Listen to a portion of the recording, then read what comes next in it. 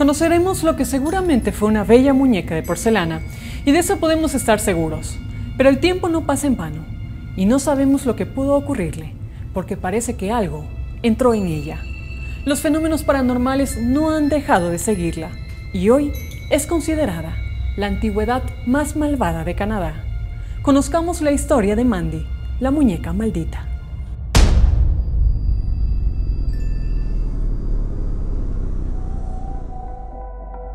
Mandy la muñeca, según cuentan, se calcula fue creada entre 1910 y 1920, quizá en Inglaterra o en Alemania, por el tipo de fabricación. Sea cual sea su origen, tuvieron que pasar más de 70 años para que volviera a ver la luz. En 1991, Mandy se encontraba en el escritorio de Ruth Stubbs, la entonces conservadora del Museo Quesnel, Canadá. La dueña de Mandy la había dejado allí y aseguraba que la muñeca perteneció a su bisabuela y que debido a su estado deteriorado quería deshacerse de ella y así evitar que su pequeña hija le agarre cariño y juegue con ella. Cuando Mandy la muñeca y Ruth se quedaron solas, el aspecto de sus grietas y golpes le resultaron a Ruth algo inquietante, tanto que en alguna ocasión declaró que había en ella algo terrible. Transmitía la sensación de una niña real, aterrada. Acostumbrada a ver antigüedades y sentir esas sensaciones, Ruth preparó la muñeca para hacerle un examen en el que evaluaría su estado de conservación. Envolvió la muñeca en plástico y la dejó en la mesa de trabajo. ¿Adivinarías qué ocurrió cuando los compañeros de Ruth la vieron? Cada uno de ellos manifestó lo escalofriante que les resultaba su presencia. Este sería solo un pequeño aviso de lo que iría sucediendo más tarde en el museo, tras la llegada de tan curiosa muñeca. Una vez que se comprobó que no había insectos en ella, Mandy estaba lista para la sesión de fotografías de rigor, que todas las piezas del museo pasan antes de ser presentadas ante el público. Pero cuando la fotógrafa y su pareja entraron, quedaron en shock. Todos los objetos del escritorio de la habitación estaban tirados por el suelo. Pero la hostilidad de Mandy por las fotógrafas no terminaba aquí. Ruth explicó que aquel mismo día entró en su despacho la fotógrafa, tremendamente pálida. Al parecer, mientras revelaba otras fotografías, pudo notar un suspiro junto a su oreja. Y seguidamente un objeto cayó de la estantería. Estaba completamente aterrada. La fotógrafa del museo no es la única que ha podido experimentar el rechazo de Mandy por las cámaras.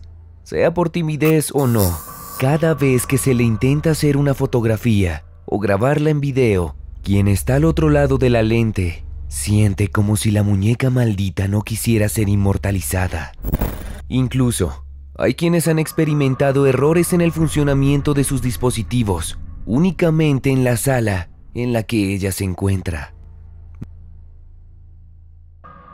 Mandy no dejaba de recibir atención por sus extraños efectos, así que Ruth se contactó con un conservador retirado de confianza, quien tenía una gran sensibilidad con los objetos. Aseguraba poder sentir ciertas vibraciones procedentes de ellos. Al tocar a Mandy, dijo que había podido ver un largo historial de abusos y que había sentido muchísimo frío. ¿Esto estaría relacionado con alguna antigua propietaria de Mandy? Al saber esto, Ruth volvió a contactarse con la dueña de Mandy. Al parecer, la muñeca había estado encerrada durante años en un sótano, desde el cual se podían oír quejidos y lloros de un bebé algunas noches. Cuando la dueña bajaba a ver qué ocurría, no había ningún bebé. Solo en ocasiones se encontraba con que la ventana estaba abierta, dejando entrar el viento. Sin embargo, una vez que se deshizo de Mandy, nada de esto volvió a ocurrir. Se dice que ella no puede compartir vitrina con otras muñecas, pues sus compañeras aparecen dañadas al día siguiente. Según Ruth, aunque no creen en objetos encantados como una muñeca maldita, sí cree que es posible que un objeto quede impregnado de ciertas vivencias muy intensas. ¿Tú crees que esto puede ocurrir? ¿Qué opinas?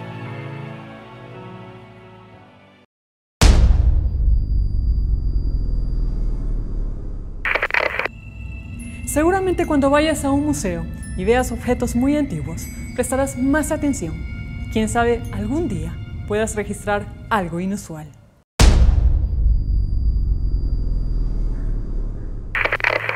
Lo que vas a ver a continuación es uno de los misterios basados en la colección de unos cuadros. Unos cuadros que tienen unos niños llorando y que, según cuentan, quienes poseen uno en su casa sufrirán de varias desgracias. Veamos de qué se trata.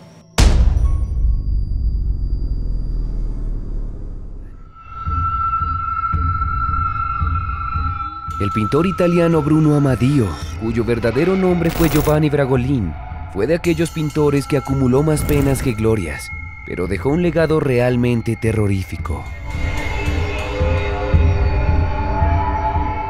Este pintor fue el creador de los cuadros de los niños llorones. Hay quienes afirman que las pinturas están malditas,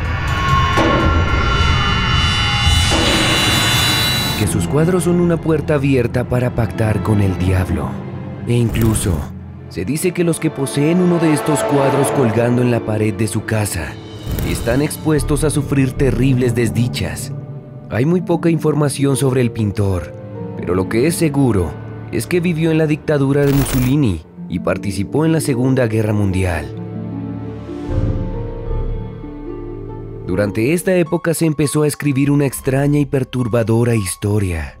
La leyenda que le acompaña también tiene un origen incierto.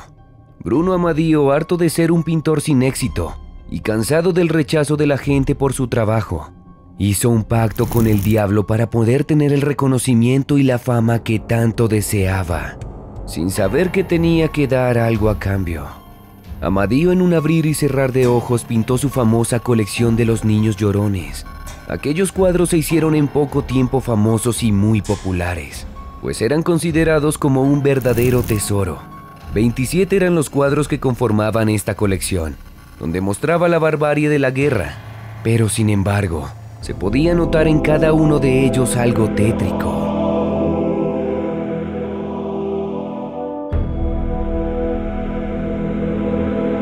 Estas caras de los niños llorones son muy conocidas alrededor del mundo, y seguramente has tenido la oportunidad de ver uno, quizá en la sala de la casa de la abuelita.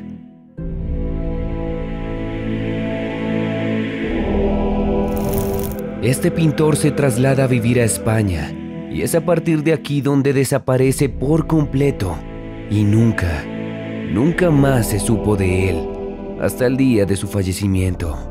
Tanta era la fama de estas pinturas que con el paso del tiempo fueron reproducidas en masa, logrando así llegar a cada rincón del planeta. El éxito era total, y en esa época no había hogar que no tuviera alguna pintura, pero nadie sabía lo que estarían llevando a su casa. El primer caso se dio el 4 de septiembre de 1985, y lo dio a conocer el periódico inglés The Sun, donde contaban la historia de una pareja británica que habría tenido un incendio en su casa, donde prácticamente lo perdieron todo, y donde extrañamente el cuadro no había sufrido daño alguno, atribuyendo su desgracia al niño llorón. Una declaración sorprendente la hizo un bombero de Rotterdam, quien afirmó que al asistir a múltiples incendios en la zona, pudo comprobar y ser testigo que de todos los bienes destruidos, los únicos que no sufrían daño eran los cuadros de los niños llorones. En Inglaterra se vendieron sobre las 50.000 copias, y eran cada vez más las historias que se empezaban a contar, haciendo que el terror se apoderara de la población, que giraba sus historias sobre la maldición de los niños llorones. Este terror colectivo hizo que se realizaran hogueras masivas, porque alegaban que era la única forma de acabar con los cuadros. La noticia le empezó a dar la vuelta al mundo entero, y varios expertos empezaron a analizar los cuadros. Hubo quienes aseguraban que según como mires el cuadro, se podía ver el rostro de un demonio devorando al niño, y que para poderlo ver, debías girar el cuadro 90 grados. En 1981 muere el pintor Bruno Amadío, llevándose con él el misterio de sus tan famosos cuadros. Desde aquel entonces se dice que aquellas casas donde se cuelga alguno de los cuadros de los niños llorones son fuente de misteriosos poltergeist, extraños fenómenos e incluso rupturas de matrimonio y desgracias en la familia. ¿Tú cuentas con alguna copia de estos cuadros en tu casa? Debes pensar si vale la pena conservarlo, o simplemente piensa si ha existido alguna desgracia en tu familia.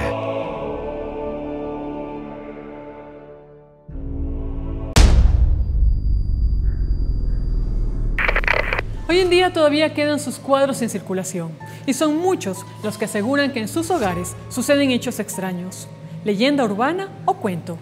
Para comprobarlo tan solo hay que comprar uno de estos cuadros y colgarlo durante un buen tiempo en cualquier parte de su hogar. Eso sí, cuéntanos si algo malo pasa en tu casa.